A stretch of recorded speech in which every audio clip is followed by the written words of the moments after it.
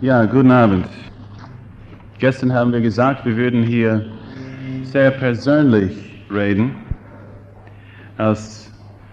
eigentlich aus zwei Gründen. Zunächst einmal, weil ich ein einfältiger Amerikaner bin, der misslungene Versuch, aus seinem Army einen Salzburger zu machen.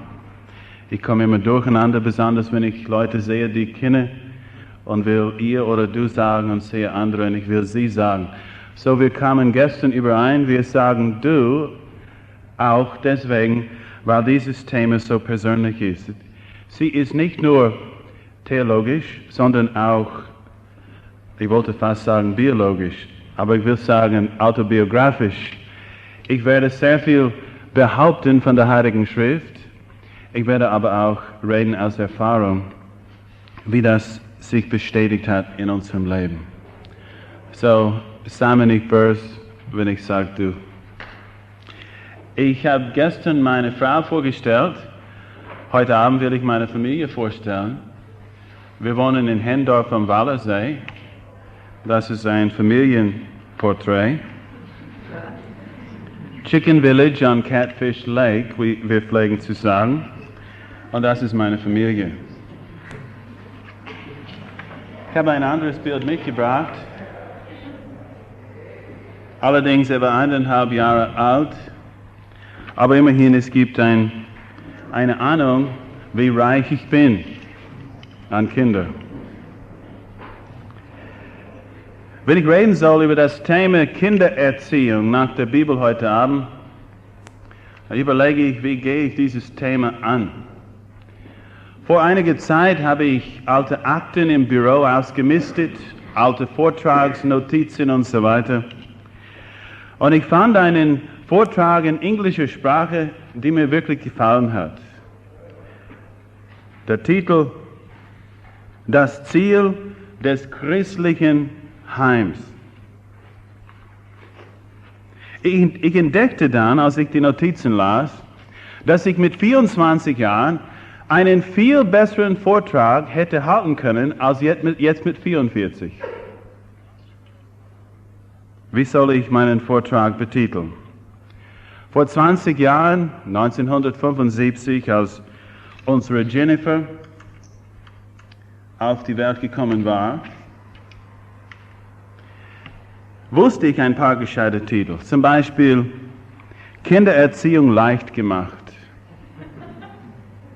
Oder die biblische Strategie für wirksame Kindererziehung. Hätten wir musikalische Begleitung für den Abend, dann wäre die Titelmelodie der Veranstaltung Imagine von John Lennon. 2 Jahre später, 1977, als Jennifer 2 war, Joshua, ein Raubtier, der nächtlich in die Nacht kam, hätte ich meinen Vortrag betitelt, die biblische Strategie revidiert. Oft summte ich vor mich hin, it's been a hard day's night. 84,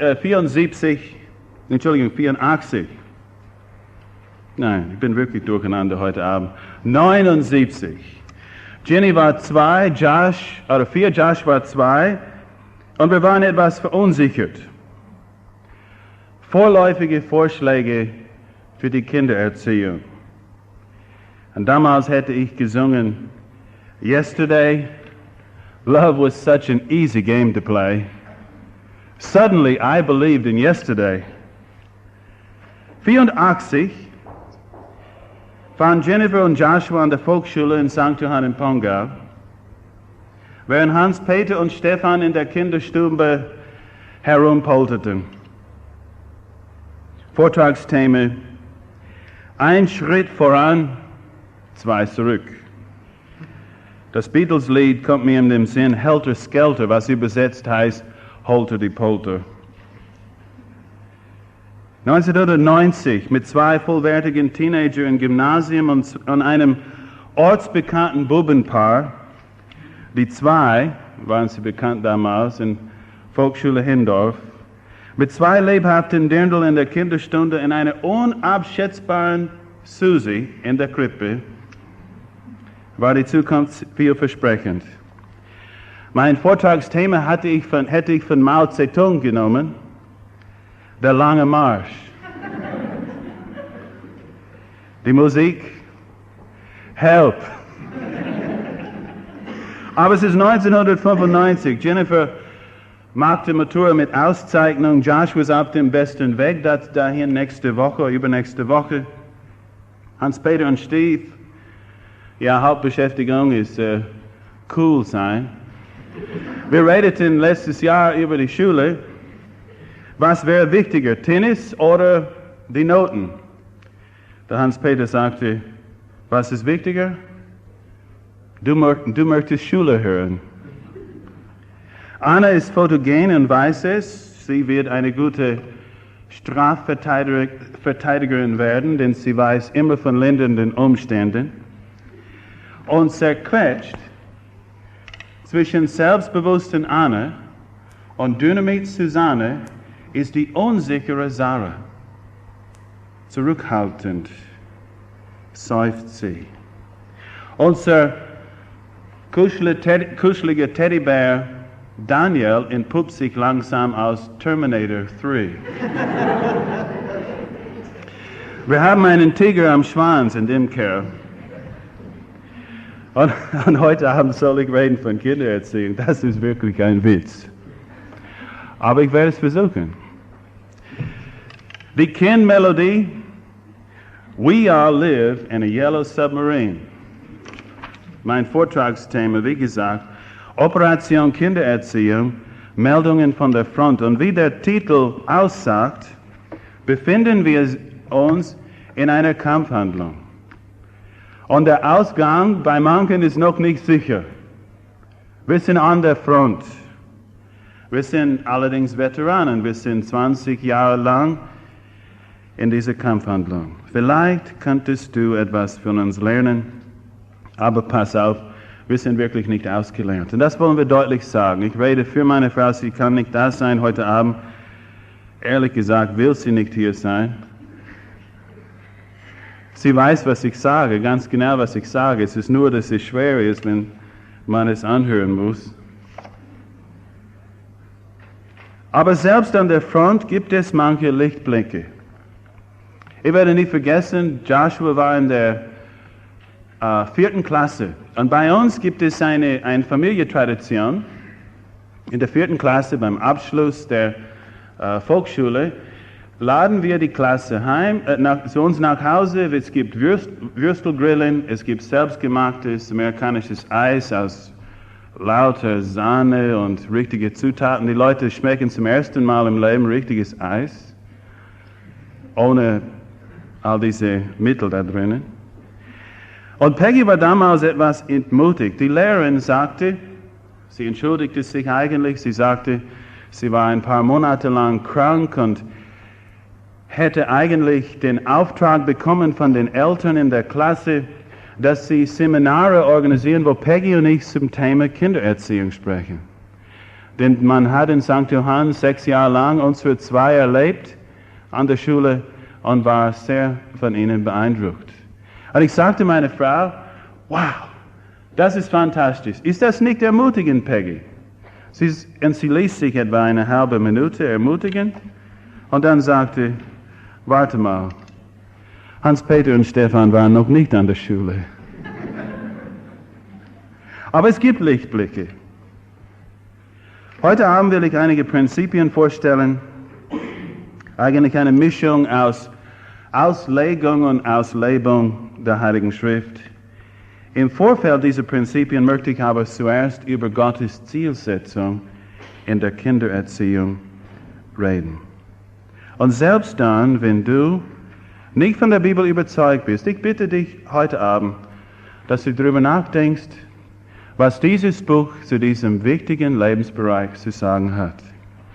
Wenn ich zeugnishaft von meinem Leben spreche heute Abend, erwarte ich ja nicht, dass alle Teilnehmer sofort überzeugt sind und wie Colvin-Clones dann uns nachahmen. Aber überleg mal, was Gott sagt. Ihr habt hier Textunterlagen, wiederum heute Abend. auf der rechten Seite die Bibelverse, die wesentlichen, die wir lesen heute Abend. Ich werde euch bitten, hin und wieder mit mir zu lesen. Zunächst einmal aus dem Epheserbrief des heiligen Paulus, Kapitel 6, Verse 1 bis 3. Und bitte entschuldigt mich, wenn ich mit meiner amerikanischen Weinflasche hier vorne trinke während des Vortrags. Mir ist sehr heißer und niemand ist da mit Tee und ich habe nur ein Cola kaufen können. Sei mir nicht böse, ich möchte nicht frech oder unhöflich sein. Ihr Kinder, gehorcht euren Eltern im Herrn, denn das ist Recht. Ehre deinen Vater und deine Mutter, welches das erste Gebot mit Verheißung ist, auf dass es dir wohl gehe und du lange lebst auf der Erde. Hier Paulus zitiert von den 10 Geboten. Und es geht aus dem Text hervor, dass Gottes Zielsetzung zunächst bei der Kindererziehung ist, dass die Kinder folgen. Dass die Kinder ihren Eltern gehorchen, dass sie in ihrer Beziehung, Kind und Eltern, etwas lernen vom Respekt für Autorität. Dass sie ihre Eltern in Ehren halten. Auf das es dir wohlgehe und du lange lebst auf Erden. Beachte hier, dass Gottes Zielsetzung bei der Kindererziehung genau deine und meine entspricht. Er will, dass unsere Kinder ein gutes, genießbares, langes, sicheres Leben auf Erden hat. Und ich glaube, dass die Bereitschaft, den Eltern zu ehren und zu gehorchen, sich zu fügen unter der weisen Führung der Eltern, ein wesentlicher Beitrag dazu leistet. Dann die nächste Schrift, 2. Timotheusbrief, Kapitel 3, Verse 14 bis 17. Hier schreibt Paulus an seinen geistlichen Sohn Timotheus. Timotheus, bleibe in dem, was du gelernt hast und wovon du völlig überzeugt bist, da du weißt, von wem du gelernt hast. Timotheus konnte zurückdenken an seine gläubige Mutter und seine gläubige Großmutter. Und weil du von Kind auf die Heiligen Schriften kennst, die vermögen, dich weise zu machen zur Errettung durch den Glauben, der in Christus Jesus ist. Alle Schrift, das ist die Bibel, ist von Gott eingegeben und nütze zur Lehre, zur Überführung, zur Zurechtweisung, zur Unterweisung in der Gerechtigkeit, auf dass der Mensch Gottes reif sei, zu jedem guten Werk völlig zugerüstet.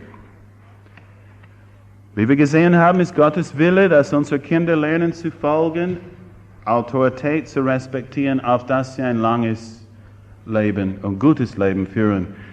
Er will aber auch, dass die Kinder gerettet werden. Und das kann man in diesem Kontext vielleicht am besten damit erklären, dass die Kinder Gott persönlich kennenlernen. Dass sie eine Du-Beziehung mit Gott bekommen. Und dass sie nicht bloß religiöse Äußerlichkeiten kennenlernen im Laufe ihrer Kindheit, sondern die Wirklichkeit des Allmächtigen. Und das als Resultat der Wirkung des Wortes Gottes und einer guten Erziehung in ihrem Leben, sie reif sind, vorbereitet auf die wesentlichen Lebensaufgaben, die vor ihnen sind. Das ist in etwa die Zielsetzung Gottes. Ich will euch aber jetzt einige göttliche Prinzipien der Kindererziehung vorstellen. Nicht als Psychologe, nicht als Lebensberater, sondern als jemand, der Gott persönlich kennt und erlebt seit 20 Jahren, dass das, was er sagt über Kindererziehung, funktioniert. Ich war zunächst davon überzeugt, weil ich überzeugt war von der Treue und Wahrhaftigkeit Gottes. Habe aber in meinem Leben dann wirklich feststellen können, dass diese Dinge stimmen. Das erste Prinzip heute Abend: Vergessen wir ja nicht, dass unser Kind ein Sünder ist. Wow, das ist radikal. Mein Kind ein Sünder? Deins vielleicht nicht. Meine sind alle Sünder, kann ich dir sagen. Laut der Bibel ist jedes Kind auf die Welt schuldlos gekommen. Kinder haben keine Schuld, sie sind absolut schuldlos zur Welt gekommen. Aber jedes Kind hat eine natürliche Neigung zur Sünde von seinen Eltern geerbt. Von wem sonst? Unserer Sarah haben wir nie das Lügen beigebracht. Lügen war für sie so natürlich wie Stillen. Wir haben uns sehr einsetzen müssen, dass sie irgendwie einen Begriff für die Wahrheit kriegt. Das hat sie jetzt. Diese Erbsünde, wie manche Theologen das nennen, dieser Hang zur Sünde, kann von keiner Taufe weggenommen werden, wie manche Kirchen lehren. Das ist Unsinn. Ein Kind kommt zunächst, laut der Bibel, schuldlos ins Leben, hat keine Sünde, um wegzuwaschen. Und die Taufe macht keinen wesentlichen Unterschied oder keinen in der Beschaffenheit des Kindes. Die österreichischen Gefängnisse sind voll von getauften Leuten. Man musste fast fragen, hier nach der Erfahrung in Österreich, ob die christliche Taufe eine Voraussetzung ist, ins Gefängnis zu gehen. Das ändert nichts. Aber dieser Begriff Erbsünde ist sehr wichtig. Denn Sünde ist eine Wirklichkeit im Leben unserer Kinder. Die Minnesota Crime Commission, das ist ein Bundesstaat in den USA, ihre Behörde für Justiz, gab eine Broschüre aus. Ich möchte einen Auszug lesen. Jedes Baby beginnt das Leben als ein kleiner Barbar. Es ist völlig selbstsüchtig und ich-bezogen. Es will, was es will, wann es will. Sein Flaschel, seine Mutters Aufmerksamkeit, das Spielzeug der Spielkameraden, seine Onkels Armbanduhr. Gönnen Sie seine Vergnügung nicht, und es kocht vor lauter Zorn und Aggressivität, die dann mörderisch wären, wäre es nicht für seine Hilflosigkeit. Es ist in der Tat dreckig. Es hat keine Moral, keine Erkenntnis, keine Fähigkeiten. Das heißt, dass alle Kinder, nicht bloß gewisse Kinder, verbrecherisch zur Welt kommen, erlaubt man ihm sein Verbleib in der ich-bezogenen Welt, seiner frühen Kindheit. Bleiben seine impulsive Treiben ungezügelt, befriedigt man all seine Lust, so wächst jedes Kind ein Krimineller, ein Dieb, Killer, Vergewaltiger heran. Okay, können wir uns nicht mit der Ausdrucksweise dieses Broschürs identifizieren, ist eines klar. Die Erziehung ist ein Gegengewicht, eine Barriere zu dem natürlichen Hang eines Kindes. Wenn Kindererziehung tatsächlich Wildwuchs bedeutet, und ein Kind wird sich überlassen und wird nicht richtig erzogen, wird wahrscheinlich katastrophal werden. So vergessen wir das nicht, das müssen wir in Betracht ziehen.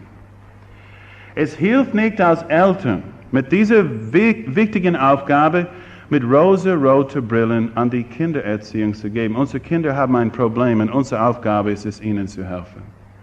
Das Problem ist eine Neigung zur Missetat, zur Sünde.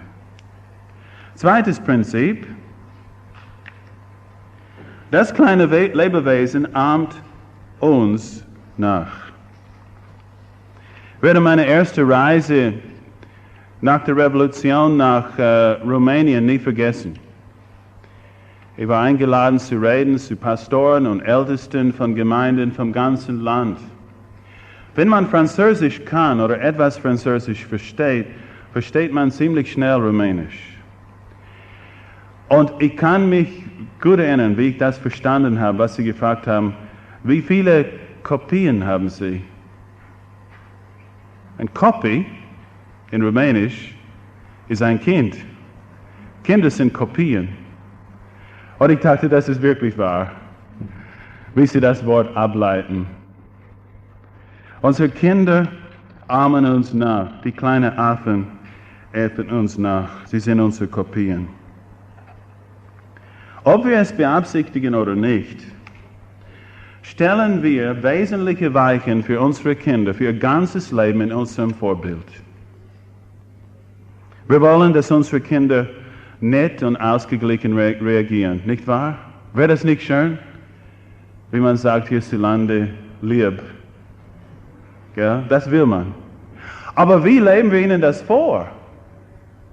Und wisst ihr, was so frustrierend ist? Das, was ich in meinen Kindern nicht ausstehen kann, sind meine Fehler. Sie sind ein Spiegel vor mir. Und sie zeigen mir, wie ich bin und wie meine Frau ist. Und diese Einzelheiten ist das, was ich nicht ertragen kann. Ja, frustrierend kann es sein.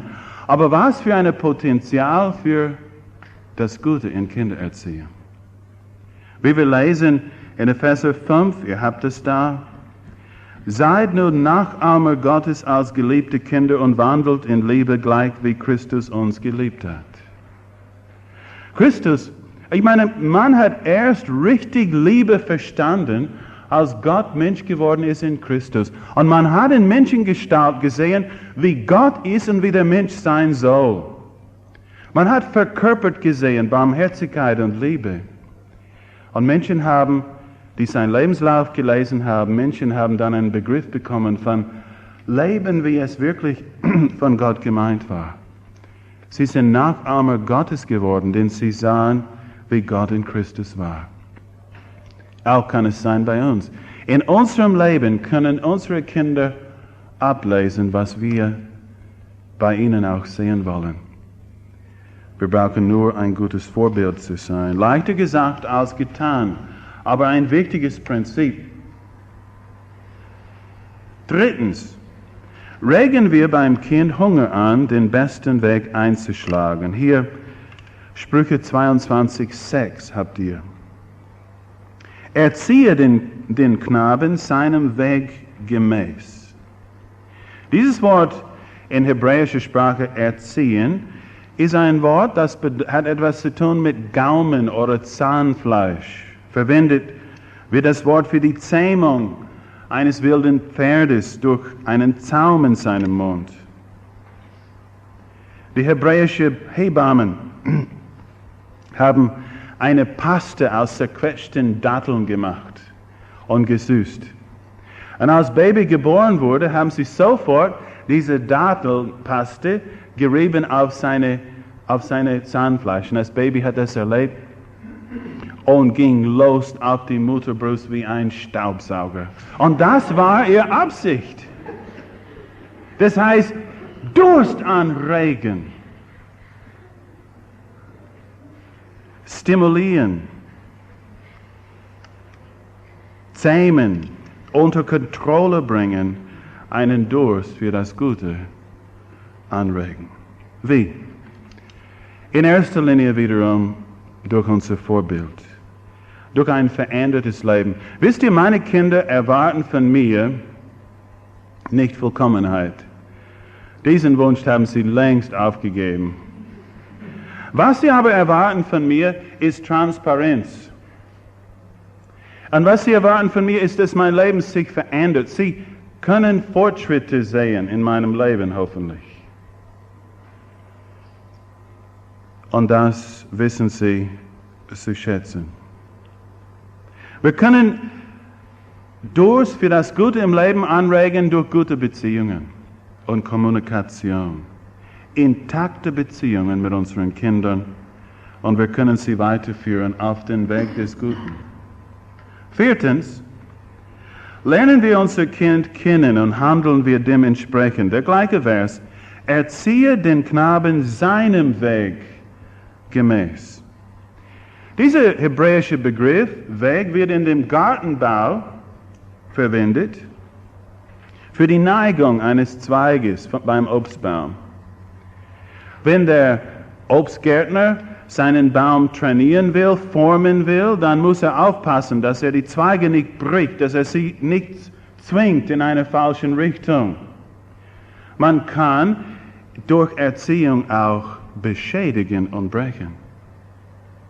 Erziehe einen Kind seinen Weg gemäß, nach seiner Art. Dieses Wort wird im Alten Testament auch verwendet für den Weg einer Schlange in der Wüste, wie er dahin schlängelt, für den Weg eines jungen Mannes mit einem Mädchen, seine besondere Art, mit ihr umzugehen.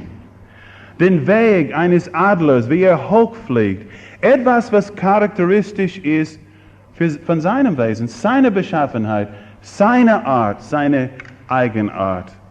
Und wenn ich sage zu Peggy, weißt du, diese Stefan-Art, sie weiß sofort, wovon ich rede. Ganz bestimmter Hang, ganz bestimmte Stärken und Schwächen, Wünsche und Träume. Und so Gott erwartet von uns, dass wir das Kind erziehen gemäß seinem Weg. Wer ist dieses kleine Lebewesen? Welchen positiven Hang hat er? Welche Schwächen? Welche Begabung steckt in ihm? Alle Kinder sind eben nicht gleich. Keine zwei Kinder sind gleich. Eine Frau hat ihrem Mann gesagt, ich verstehe es einfach nicht. Meine Eltern haben mich nie hauen müssen. Und dieses Kind von dir, das ist eine andere Sache. Naja. Das habe ich auch erlebt. Eine meiner Töchter ist sehr selbstbewusst. Der Polizist kam in den Unterricht in die Volksschule, wollte diese Verkehrserziehung machen. Sie hat den Unterricht an sich gerissen. Sie hat einfach ein Interview mit ihm gemacht. Herr Polizist, hast Kinder? Wie viele hast leicht? Wie heißen sie? Wo wohnst du?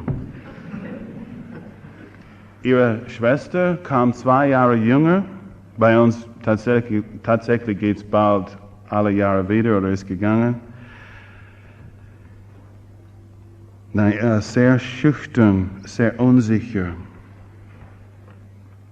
Ein Colvin-Sohn hat sehr starke Überzeugungen, wie ich gesagt habe gestern Abend. Er hat für meine Begriffe eine ausgezeichnete Lesermeinung letzte Woche gehabt in den Salzburger Nachrichten. Er hat starke Überzeugungen. Einer seiner Professoren macht ein ziemlich unsittliches Unterricht. Er hat sie unter 4 Augen ist mit ihr gegangen und hat mit ihr gesprochen über ihren Unterricht.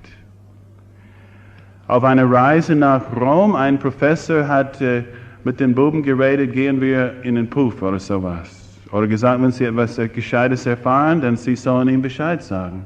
Mein Sohn hat vor anderen Lehrkräften gesagt, wie Sie reden, Herr Professor, ist unter meinem Niveau und eigentlich unter mit Ihrer Aufgabe. Hören Sie jetzt auf. Ja, das ist ein Sohn. Der andere Sohn, der nächste, der schämt sich, wenn ein Freund dabei ist, wenn wir ein Tischgebet sprechen. Sieh, der eine Sohn ist ein Thermostat und der andere ist ein Thermometer.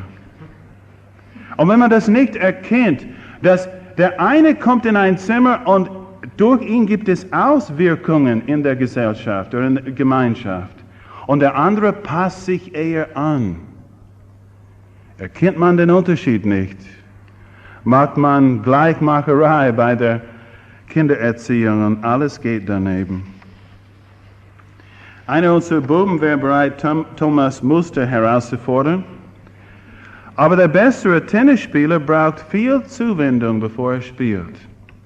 Vor seinem ersten Turnier, eigentlich erste Turnier, ist er gescheitert.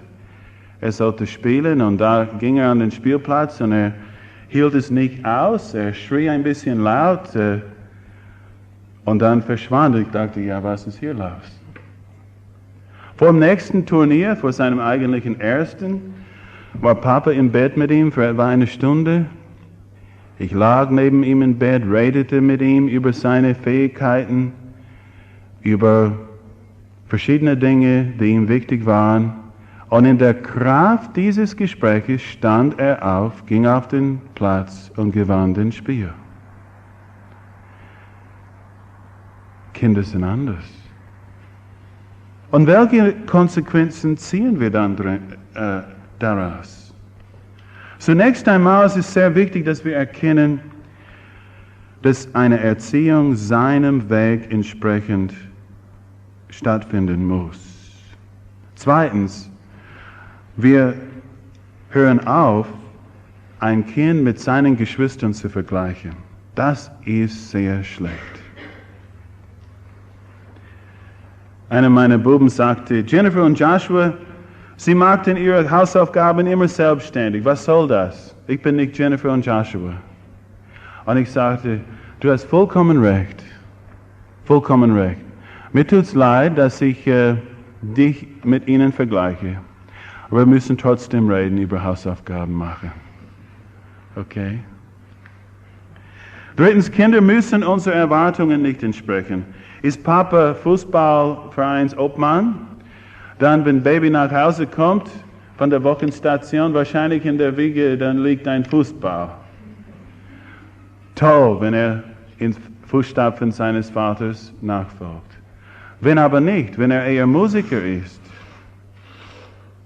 musste man wirklich aufpassen, dass man nicht mit Erwartungen an den Sohn und mit der Lust danach, Erfolg zu haben in dem Sohn, dass man ihn nicht kaputt macht.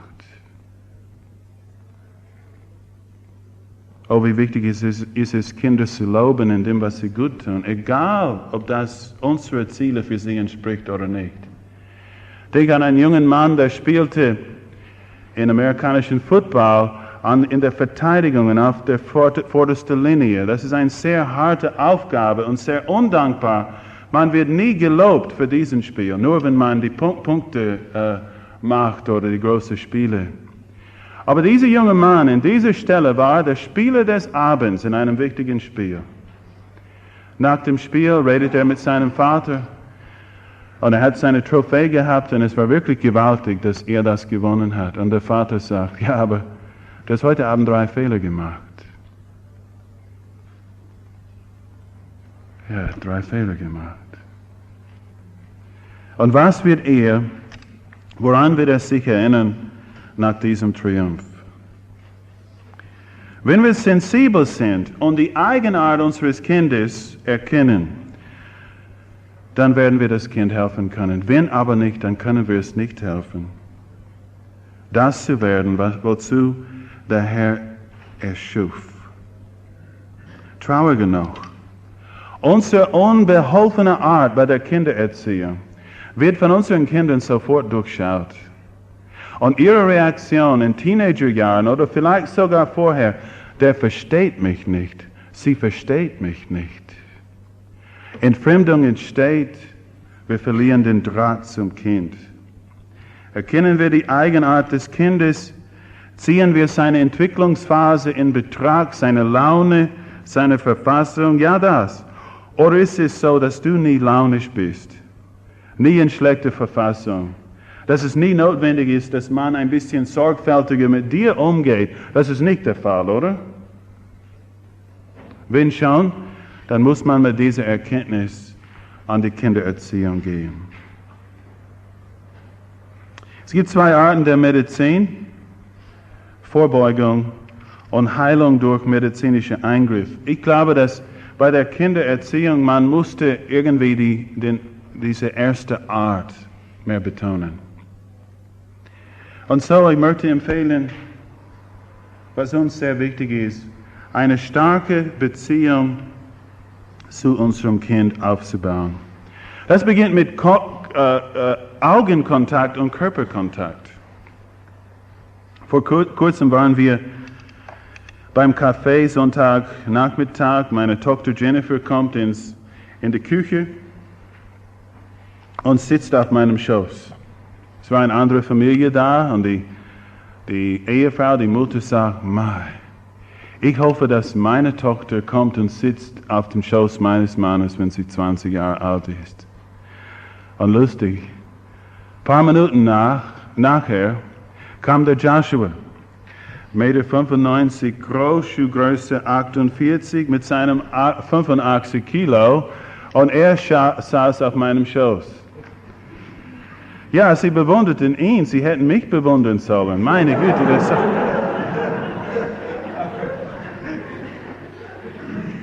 Ich hatte es ziemlich eilig heute Nachmittag. Meine Sekretärin war bei mir. Wir haben versucht, viel zu erledigen, aber ich fand es wichtig, 20 Minuten freizunehmen, auf den Tennisplatz zu gehen, wo ein Kind Tennis gespielt hat. Einfach zu schauen, wie es ihm geht. Ein anderer hat Turnier gehabt heute, hat ein Spiel gewonnen, ein Spiel verloren. Und so, bevor ich hier gekommen bin, bin ich da gesessen in Sakko und schöner Hose auf dem schmutzigen Gehsteig mit meinem Sohn und habe mit ihm geredet über den Verlauf des Tages. Mit meinem Arm um ihn. Ich kämpfe sehr um die Beziehung mit ihm. 13 Jahre alt wurde er heute.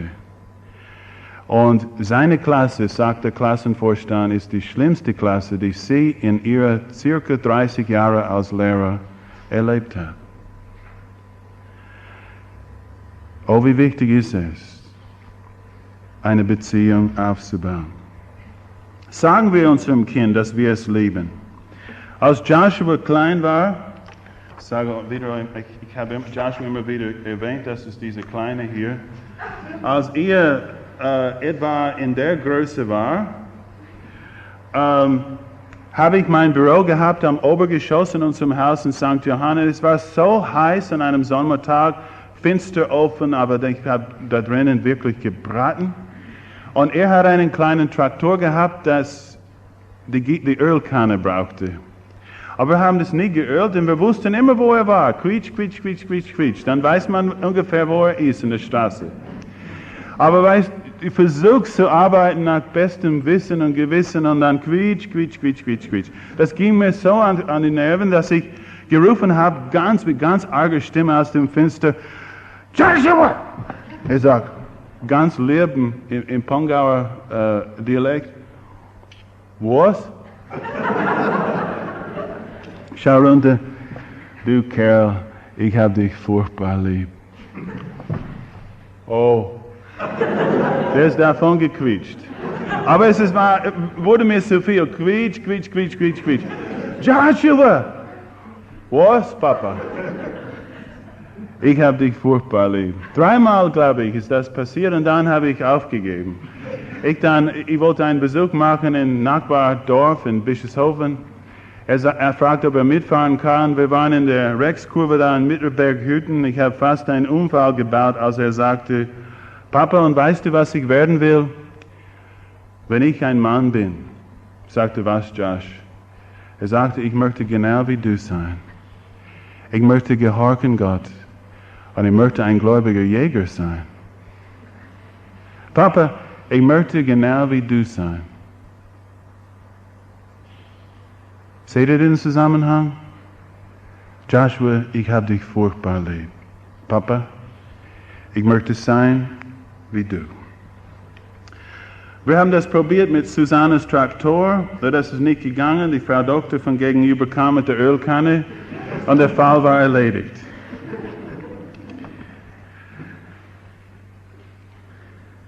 Stefans Uhr war einmal kaputt. Ich habe versprochen, das nehme ich zur Uhrmacher. Das machen wir. Und ich habe es vergessen und dann auf einmal kam der Alarmzeichen, als er ein Tennismatch verlor, den er hätte nicht verlieren müssen, und ganz arg reagiert hat auf dem Tennisplatz. Ich habe ihn fast nach Hause einfach zitiert. Als wir dort gesprochen haben, dann ging ich zu ihm ins Bett und wir haben gesprochen, redeten eine halbe Stunde und dann kam es heraus. Aber Papa, du hast mir versprochen. Ich glaube, wenn man die notwendige Zeit nicht nimmt, so zu reden mit den Kindern, so viel staut sich auf und entfremdet uns schließlich von ihnen. Je kleiner das Kind ist, desto häufiger braucht es Zeit. Aber die Zeiten können sehr kurz sein. Sarah ist restlos begeistert, wenn wir eine Wanderung machen. Die Wanderung ist bloß 300 Meter. Zu einem Hochstand von einem Jäger. Und dort sitzen wir in der Sonne, wir lesen was, wir packen unser Picknick aus und gehen 300 Meter zurück. Ihr kommt es nicht vor, dass es eine sehr kurze Wanderung ist. Sie braucht öfters Zeit, aber kurz. Die älteren Kinder brauchen Zeit seltener, aber du kannst nicht in ein paar Minuten alles erledigen. Sie brauchen länger Zeit von uns. Warum ist eine starke Beziehung so wichtig in Kindererziehung? Wenn du alles sonst vergisst heute Abend, vergiss dieses nicht.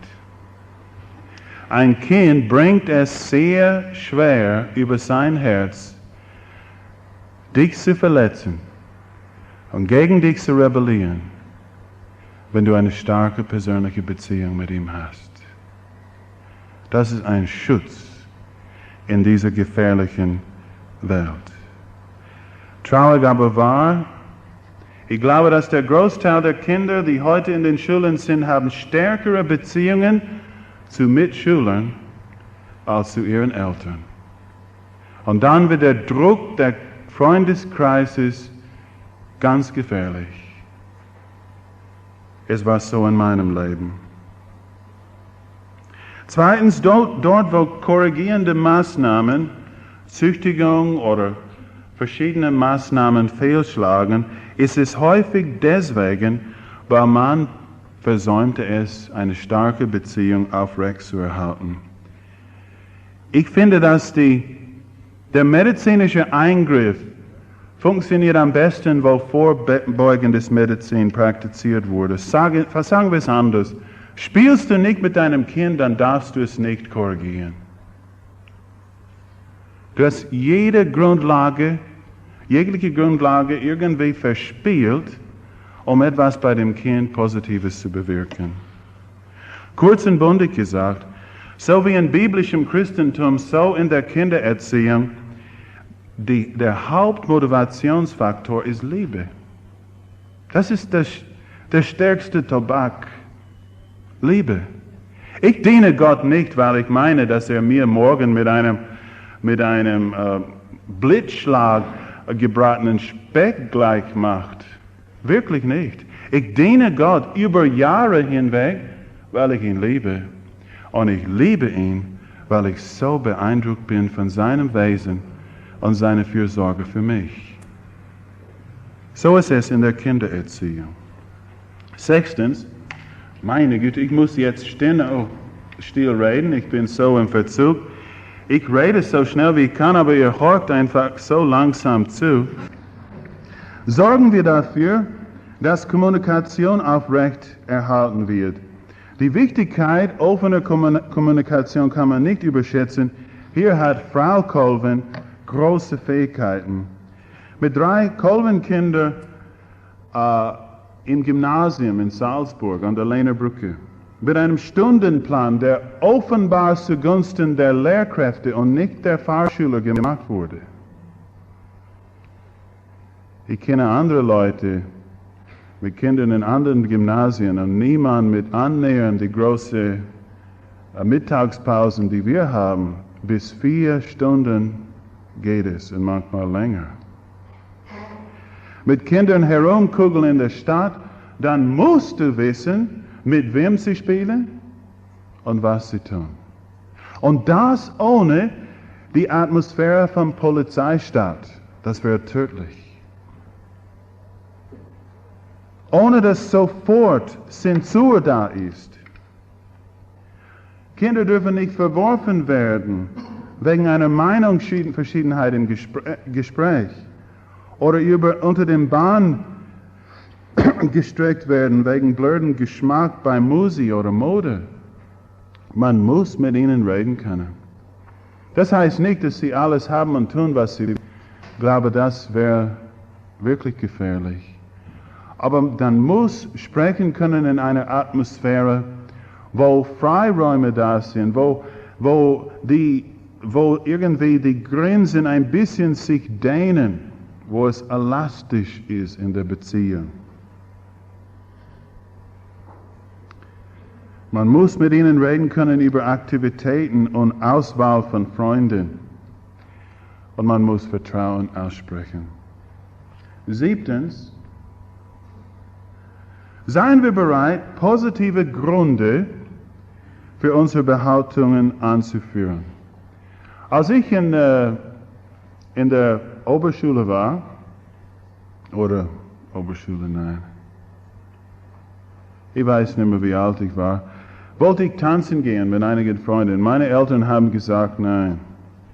Das konnte ich nicht verstehen. Ich verstand das erst Jahre später, wirklich, als ich die Situation mit Erwachsenen Verstand analysiert habe. Dort war ein Umschlagplatz von Drogen. Dort war wirklich eine große Sauferei zu finden. Aber meine Eltern haben das nicht gesagt, einfach Verbot. Batsch, elterliche Autorität, da gehst du nicht hin. Es wäre wirklich gut, wenn Sie das mir mitgeteilt hätten, wie Sie denken. Ich habe vor kurzem ein Gespräch mit unserem 18-Jährigen geführt. Musik ist aus seinem Zimmer gekommen. Und mein Nachteil ist es, dass ich Englisch verstehe recht gut und ich weiß, was für ein Chaos da gesungen wird. Und ich ging zu ihm und ich sagte, schau mal Josh, was du anhörst, ist deine Sache. Und ich verbiete es nicht, du bist auch genug, deine Musik selber auszuwählen. Aber neben dir wohnen ein 12-Jähriger und ein 14-Jähriger. Ich bitte dich, hör denn die Texte an. Ob das deine Lebenshaltung ist, ob du deine Brüder damit konfrontieren wirst in diesem Alter. Der Kerl hat seine ganze CDs durchgeschaut und dann habe ich jetzt Stücke von CDs gefunden, die er zerrissen hat. Ich sagte, du, warum hast du sie nicht verkauft? Er sagte, naja, ich habe nicht dran gedacht. Aber irgendwie hat man mit ihm reden können. Ich habe ihm die Entscheidung überlassen. Ich habe einfach versucht, mit ihm die Entscheidung zu analysieren. Hör gut zu und gib Gründe für deine Meinung. 8. Vor einigen Jahren war es wirklich lustig. Wir haben immer Fußball gespielt, drüben beim Tennisplatz. Wir wohnen gleich neben dem Tennisplatz. Es gab eine schöne Wiese zum Fußballspielen. Und ich habe immer mit meinen Buben Fußball gespielt. Und auf einmal schaue ich draußen aus einem bestimmten Zimmer in meinem Haus und da stehen Geometerpflöcke überall. Die haben das vermessen und wollten etwas da bauen. Und ich dachte, wenn ich ein Bub wäre, würde ich warten bis Eintreffen der Dunkelheit und die Pflöcke wären weg. Am nächsten Tag gehe ich zurück in das Zimmer, das ich mehrmals täglich besuche, schaue auf das gleiche Fenster und die Pflöcke sind weg.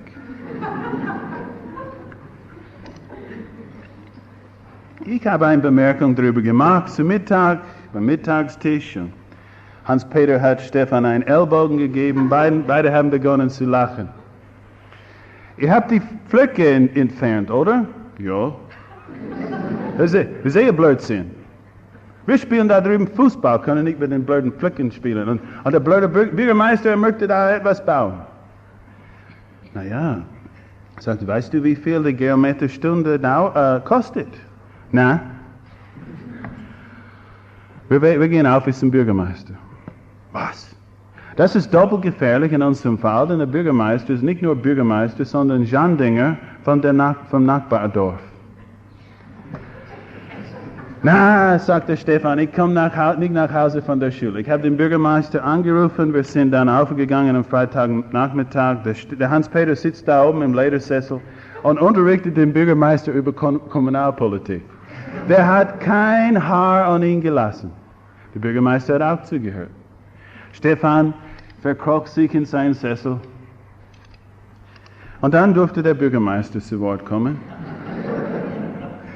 Und er unterrichtete uns über Gemeinsinn, über das, was dort geplant wurde, über wie viel das kostet und alles.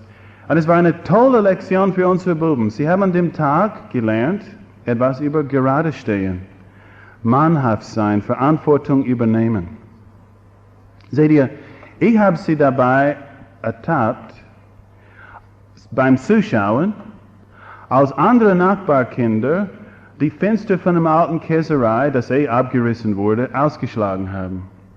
Und ich wusste, es hat meinen Buben gejuckt, ein bisschen mitzumischen. Sie haben es nicht getan, aber das habe ich ablesen können. Und das sind Anlässe im Leben von einem Buben, die wichtig sind. Wie stehe ich zu dem Besitz von anderen Leuten? Stehe ich gerade, wenn ich einen Fehler mache und so weiter? So, der Bürgermeister hat gesagt, na ja, Herr Colvin, ich hoffe, dass es nichts kostet. Ich sagte, Sie können sich an mich wenden, wenn es was kostet. Und wir sind gegangen. Am Abend war ich wiederum in das bestimmte Zimmer, in dem ich einige Mal am Tag bin, schaue aus dem Fenster und was sehe ich? Der Bürgermeister hat alle Löcher in Dunkelheit gesucht und die Pflöcke wieder eingesetzt.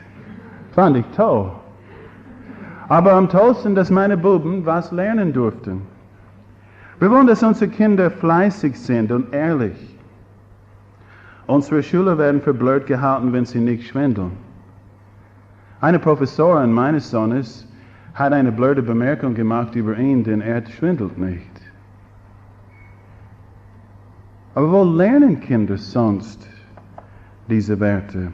Respekt für Autorität. Wäre das nicht eine wichtige Lektion? Wie bringst du das einem Kind bei? Pass auf, wie du redest über die Lehrer der Kinder. Die kommen nach Hause und manche Lehrer sind wirklich Hunde. Die gehören irgendwo anders. Ich weiß nicht, ich glaube bei manchen, sie wissen nicht sonst, was sie tun sollen, sie werden Lehrer.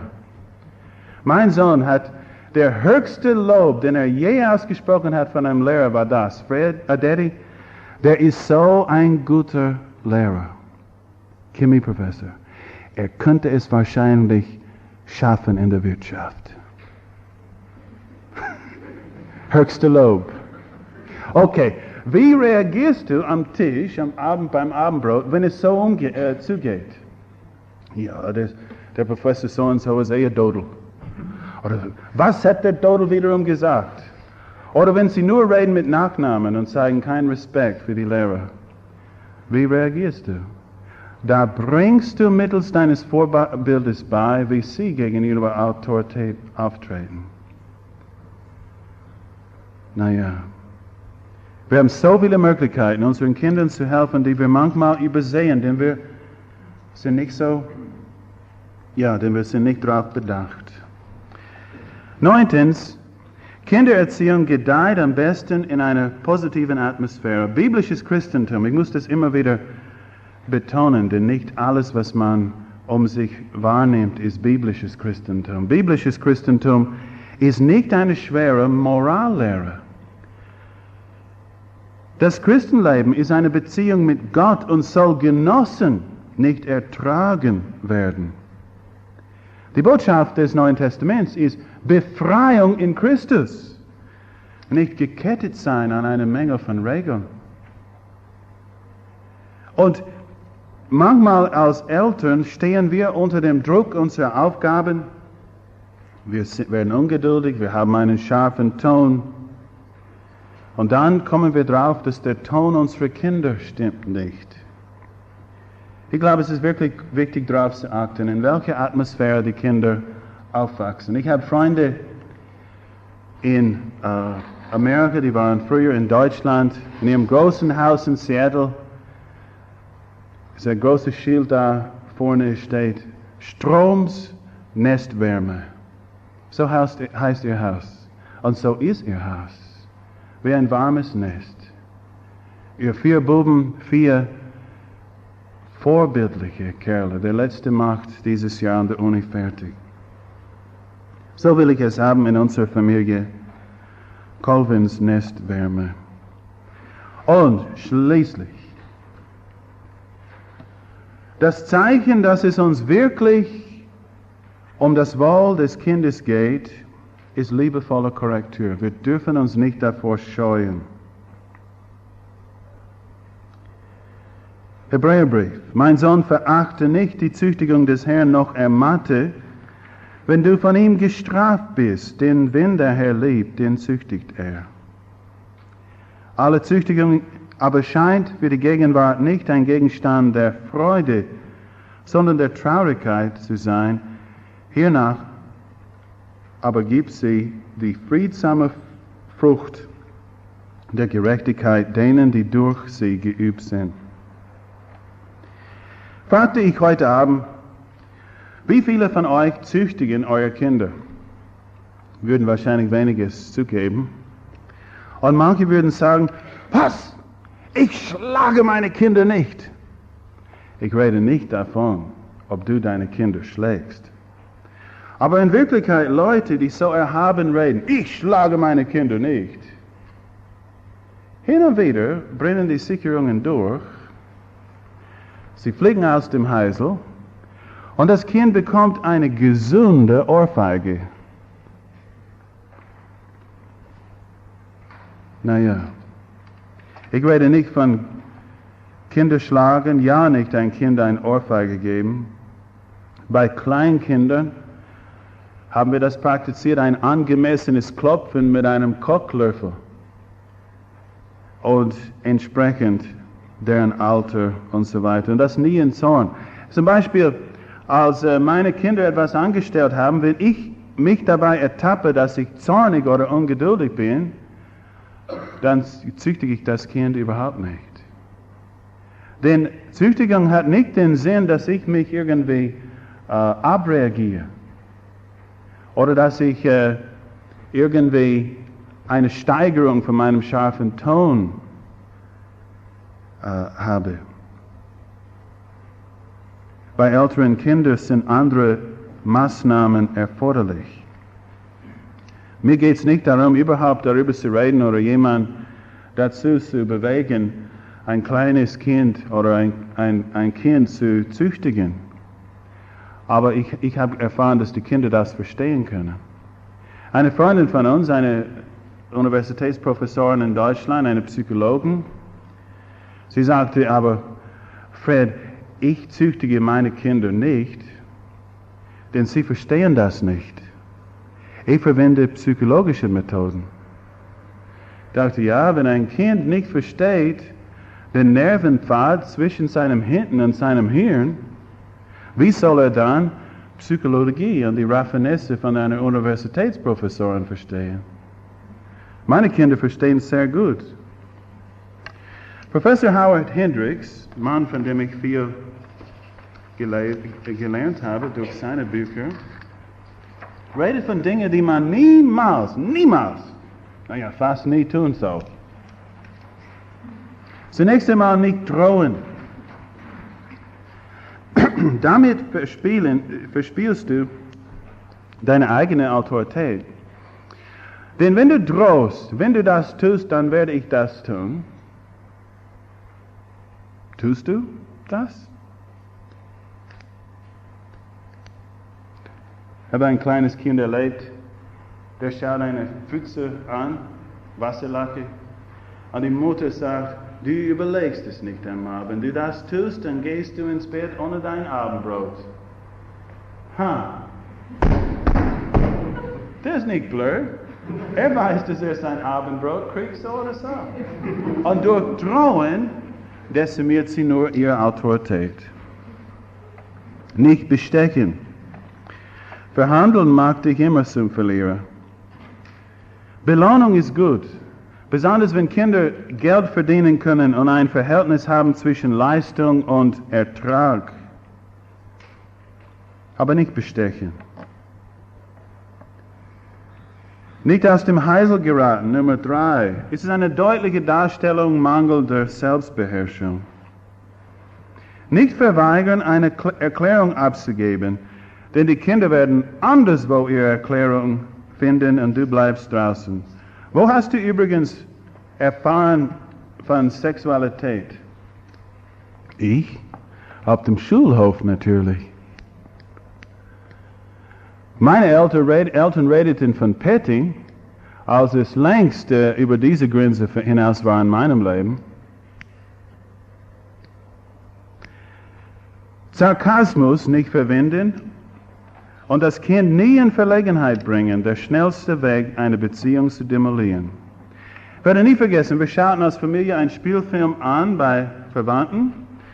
Es handelte sich um die Nachkriegszeit in Berlin. Die amerikanischen Soldaten haben sich belustigt mit Prostituierten und einer hat sich in eine verliebt natürlich und wollte sie zurück nach Hause, nach Amerika bringen. Ich habe das ganz nicht verstanden. Und dort in ihr Pass stand beim Zoll in großen roten Buchstaben abgedruckt Prostituierte. So ich schaue da, Papa, was ist ein Prostituierte? Er sagte, gib Ruhe. Vor den ganzen Tanten und Onkeln, gell? PR. Prostituierte, was ist das? Papa, shut up! Würde jemand hier mir sagen, was eine Prostituierte ist? Wow! Der stellte mich bloß. Wenn Hure da gestanden wäre, das hätte ich gewusst. Aber am Schulhof spricht man nicht von Prostituierte. Und er machte mich zur Schnecke vor der ganzen Familie. Das trage ich ihm nicht nach. Aber ich habe es nicht vergessen. Die Tatsache, dass ich es nie vergessen habe, soll lehrreich sein. Stell die Kinder nicht bloß. Verlegenheit ist keine richtige Erziehungsmethode. Eigentlich die Bibel verbietet das. Sie sagt, wie auf euer Blatt steht, und ihr Väter, notice die Väter werden hier angesprochen, ihr Väter reizt eure Kinder nicht zum Zorn, sondern zieht sie in der Zucht und Ermahnung des Herrn auf. Schließlich, mache die Träume des Kindes nicht zunichte, das ist wirklich dein Ticket zur Generationskonflikt. Wenn man redet über Züchtigung, sollte man etwas sagen über die Steigerungen der Züchtigung. Ich nenne das Auge, Stimme, Hand oder andere Maßnahmen. Der Herr redet zu uns in Psalm 32, ich will dich unterweisen und dich den Weg lehren, den du wandeln sollst. Mein Auge auf dich richtend, will ich dir raten. Seid nicht wie ein Ross, wie ein Maultier, das keinen Verstand hat, mit Zaum und Zügel ihren Schmuck musst du sie bändigen, sonst nahen sie dir nicht. Gott will seine Kinder mit seinem Augen führen. Wie geht das? In der Familie ist es so, wenn meine Kinder wissen, was ihre Grenzen sind, was erlaubt ist, was ist akzeptabel, was nicht, dann kann ich mit meinen Augen sie führen. Brauchst nur einen Blick schießen. Und wenn sie wissen, was die Grenzen sind, das sollte reichen. Reicht häufig.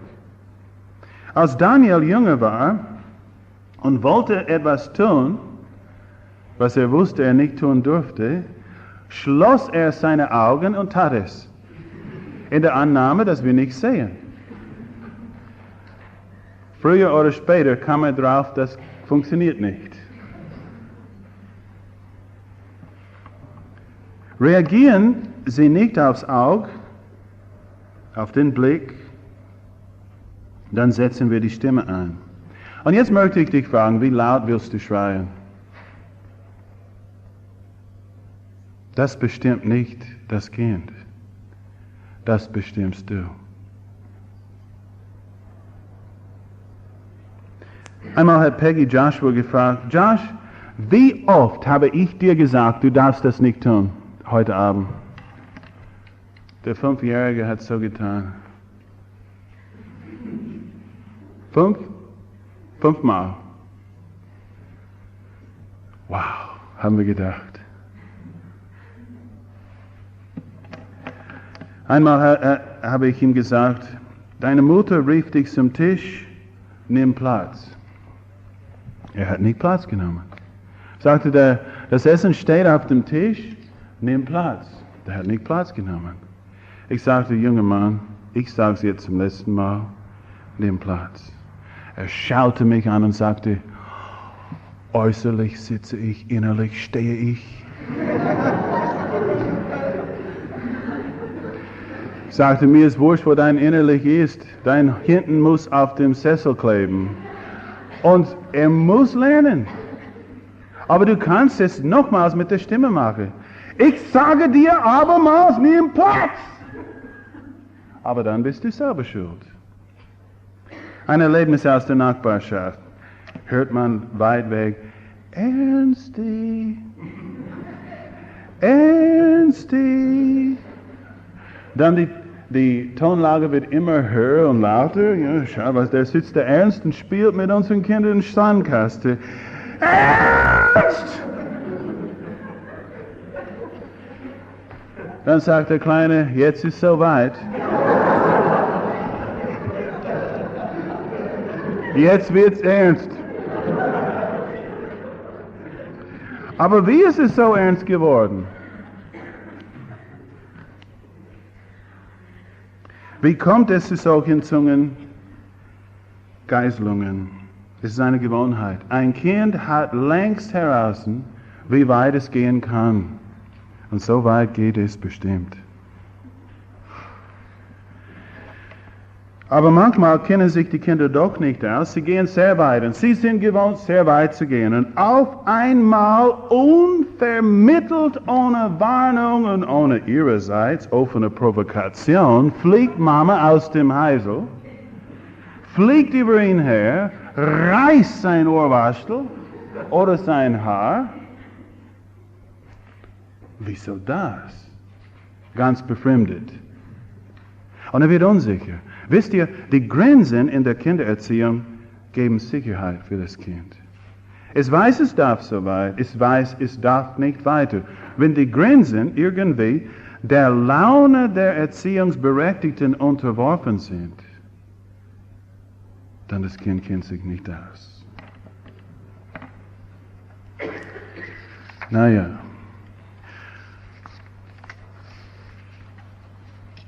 Die Wahl, vor der wir stehen, ist entweder eine angemessene, konsequente Reaktion, andernfalls reißen sich einmal alle Stricke und die Willkür und Laune bestimmen. Etwas über Zurückweisung in der Öffentlichkeit, das ist ganz schwierig. Man möchte hinter verschlossenen Türen das machen und das ist, wo es gehört. Man sollte nie ein Kind züchtigen vor anderen Kindern, vor anderen Menschen. Man sollte am liebsten auch die Konfrontation, wenn es geht, abschirmen, wo das Kind wirklich sich ausreden kann und nicht irgendwie in Verlegenheit kommt. Kommt ein Kind aber darauf, dass wenn es in der Öffentlichkeit ist schon Zeit, gell? Dann dreht es einen Film. Aus dem Grund sind die Süßigkeiten immer dort bei der Kasse in den Lebensmittelgeschäften. Wenn Sie wissen, jetzt ist das Kind draußen und jetzt gibt es Umsatz. Wenn du sagst, wenn wir nach Hause kommen, werden wir drüber reden, dann bitte, wenn du nach Hause kommst, dann bitte halt dein Wort. Wenn man unbedingt etwas mit einem Kleinkind tun muss in der Öffentlichkeit, sage ich euch was. Hermann, komm hier. Hier. Es gibt hier einen Muskel, gerade hier, kannst das Kind gar nicht verletzen. Wenn du aber mit ein bisschen Druck so hältst, spürst du das? Ja.